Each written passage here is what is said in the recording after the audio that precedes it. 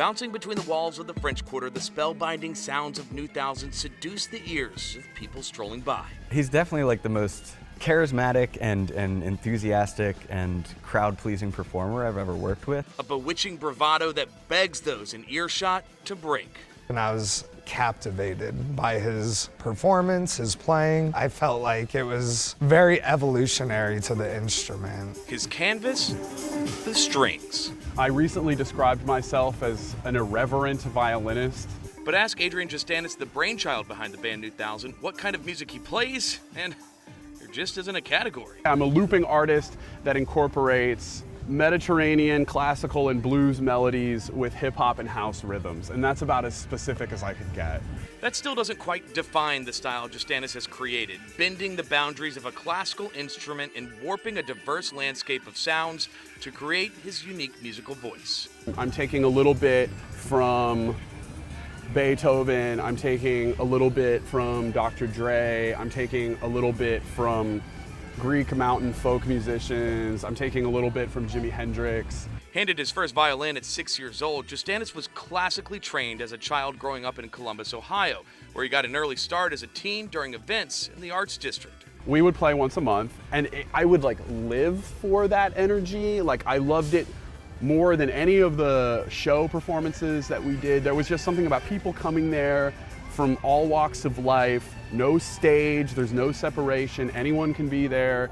It was this really raw, super exciting experience. But Columbus, Ohio isn't New Orleans. A 1-hour performance each month didn't fill his desire for that energy, so on his graduation day, he skipped the cap and gown and got on a plane for the streets of New Orleans. I could have this thing that I love so much, that I've loved for years in Ohio, and I could do that every day.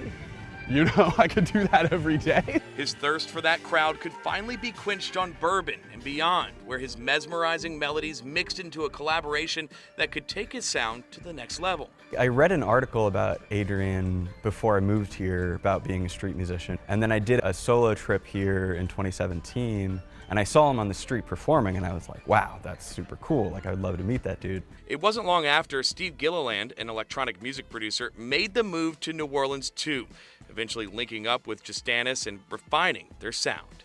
It was just kind of this immediate chemistry that we had of having similar music aesthetics and kind of similar inspirations.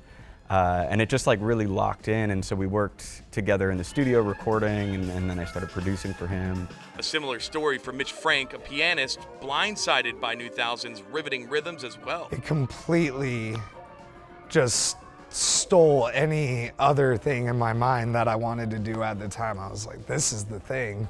Over the last year, the trio has formed a bigger sound for New Thousand than Justanis could do alone, capturing crowds of giddy visitors moved by their music. Steve will really lay down this really solid, rich beat of bass, different drum effects, sound effects, and then Mitch will come in and just kind of be the glue in between me and Steve and just lay down those synth parts to kind of make it come all together. That cohesion is one reason the crowds can't walk away, but often it's Justanis reeling them from the stage to the sidewalk. Whether it's at a club or out on Bourbon Street especially, he's just running around and, really kind of plays into when people are filming him. He'll just kind of go right up to their smartphone and just play directly to them and yeah, just has all these cool little tricks of playing with his teeth and playing behind his head, and it's just, he's just such an incredible performer. You always want to give them these little hooks to stay around a little longer, and so the teeth is a hook.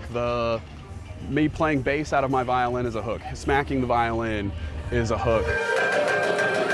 It was likely one of those hooks that landed the band's biggest fish to date, A-list music festival Okeechobee in Florida. Okeechobee's so surreal. It kind of just came out of left field. Definitely the biggest opportunity I think this band has had yet. We're really lucky. They put us on the main stage too. I'm just whoa. From going from just on Bourbon Street and having to pause when a wedding parade goes by to then playing on the same bill as Earth, Wind and Fire is just insane. Yeah, so it's cool. The band isn't quite sure how they landed on the festival's radar, but believe busking paired with a little serendipity did the trick. That's the benefit of playing on Bourbon Street, is you never know who's passing by. From tourists careening through the glowing alleys of the quarter to locals escaping into myriad venues offering their own auditory liberation, New Thousand knows this city is a powder keg for music like theirs. Seems like most people in New Orleans are about 10 seconds away from just spontaneously erupting in song and dance. I think it's one of the most seductive cities that you could go to, especially as a creative person. I think without New Orleans, it would be really hard to grow this project. Justanis knows this place has played an integral role in New Thousand's sound. It's why he hopes to deliver what he calls communal joy to the people walking or grooving by as a thanks to a city that shaped their success. I'm certainly far from the first person in New Orleans, particularly, to try to do that. But I'm happy to be in a city that prioritizes these sorts of things, because I don't think anywhere else really does. Rob Krieger, Fox 8. Local First.